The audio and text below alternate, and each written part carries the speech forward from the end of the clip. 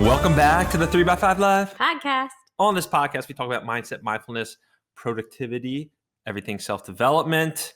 We have recently come home from our hiatus in Florida to cold and gray Pennsylvania. But it was freezing rain on the day of our return. Yes. It's all right. We're thankful and grateful for the past 6 weeks. Yes, for our time there and having a home to come back to. And this week, we're going to talk a little bit about that trip, but really my word of the year, which I think I shared on this podcast in early January, is light. So I want to feel light in my body and my soul and also light in business, light in my relationships. Going through with almost like an inner peace would be another way to say that feeling of light. Besides just like, hey, am I eating lighter foods? Mm-hmm. So just an overall inner peace of lightness. That was a lot of the word light in there. Yeah, it's all right. I actually had this word of the year a couple of years ago. Yours was different. Mine was different though. It was a different form of the word light, where it was like shining my light and making sure that I bring light. But this is more of like, I feel it's like getting rid of the clutter and like minimizing and just making sure that everything in your world is streamlined so that you feel physically lighter. There we go. We're just going to keep unpacking the word light for the rest of this podcast. So this was really this word or this state of being that I really wanted to hone in on this year has really been challenged in the last 6 weeks. And it shows how having a word of the year can be very powerful, and having this guiding principle, thank you, that I'm striving for. So 2 things happened kind of in our sphere over the last 6 weeks. One is a business opportunity was presented to me that would kind of really change the trajectory of my main business, how it's structured, how it's organized. There would be more upside from a dollar standpoint, but there might be more responsibilities and, more structure in my day, I'll say, than I'm used to right now. And, Jessie and I had long discussions about this, like, hey, is this the direction we want to go? Because I don't personally want to, yes, there's going to maybe more financial benefits, but do I really want to impact this feeling of lightness and freedom that we live in our life right now? Mm-hmm. So that was one area. And then the second area is we have 3 short-term rentals in St. Augustine, Florida. Mm-hmm. We bought our most recent one this past May, so it'll be a year this coming May. And my intuition was not to buy it. I was also telling him that my intuition and my gut was not to buy it.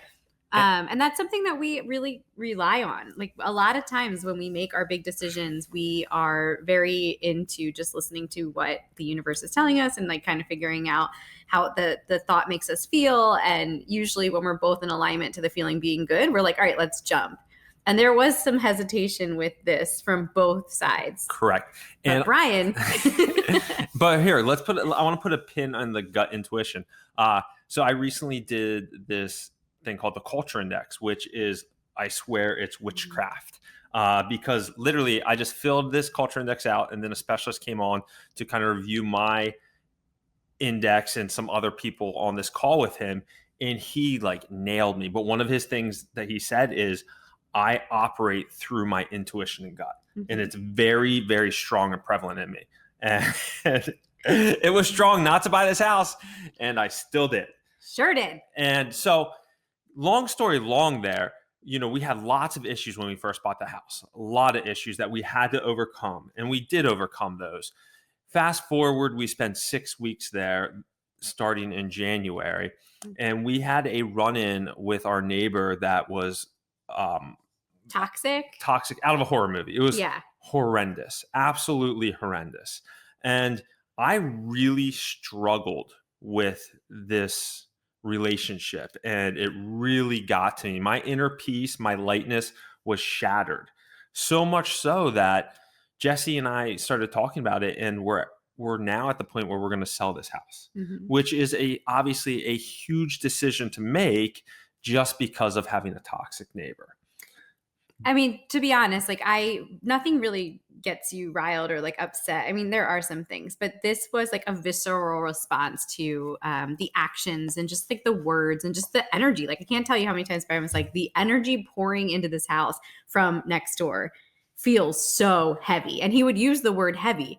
I started to feel it like, so it was counterintuitive to this goal of lightness. And Mhm. that was like a guiding light. Like you said, going back to that word, if we didn't have that word of lightness, I don't think we would have the vocabulary to recognize just how impactful the energy from the situation was. And so making a hard decision and us kind of sitting back and recognize like, what's our options here, right? Do we sit with this? Because we knew that this wasn't just a temporary thing. These conversations were going to follow us back because we have renters there, and he's approached renters before, and there's been, conflict with that. And that's something I take very seriously because I like to provide an experience or a vacation for other people, and I want them to have a positive experience with us.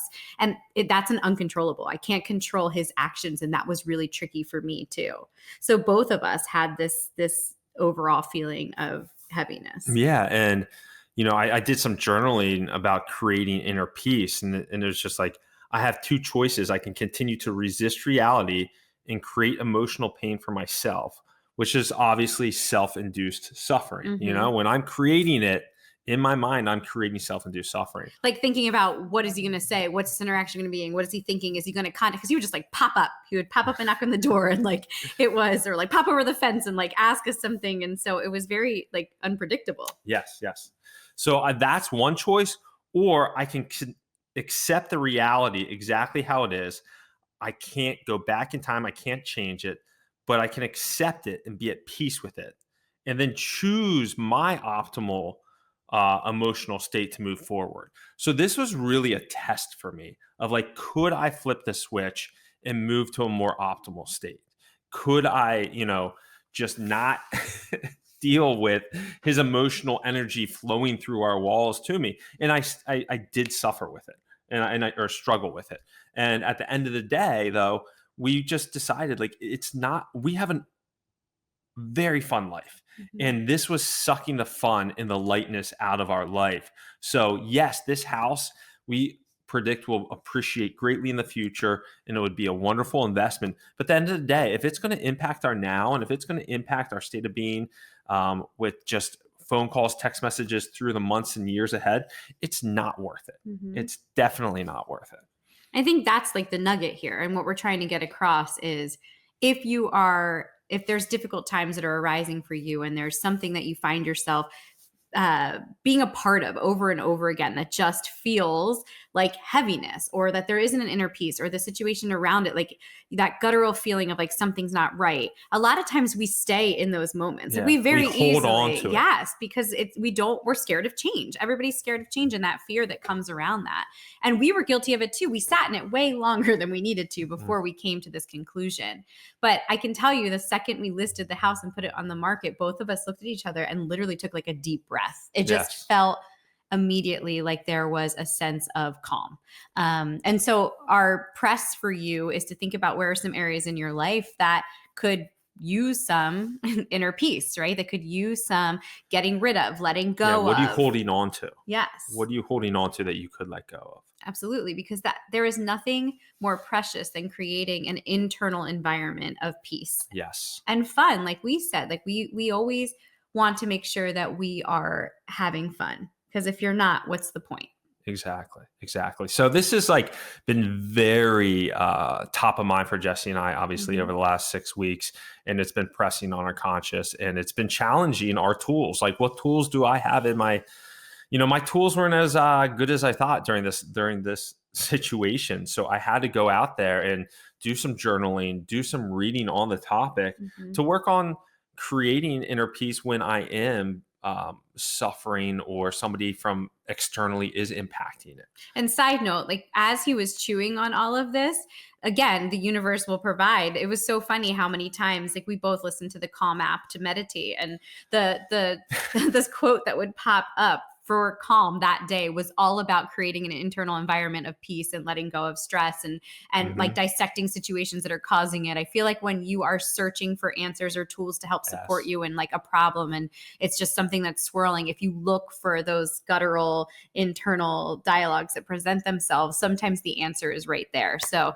I guess there's like different pieces to this, right? Like that creating inner peace, but also following your intuition and gut and being open to opportunities to find solutions to problems. Yep, exactly. So that was a very random, all over the map podcast. Right. I told Bryan to put bullet points down about what he wants to talk about. And he had 2 bullet points with 1 word each. It said business and Florida. So this is what you got. Yes. All right, guys. We hope you have an awesome week. Take care. Right, bye. See ya. We are all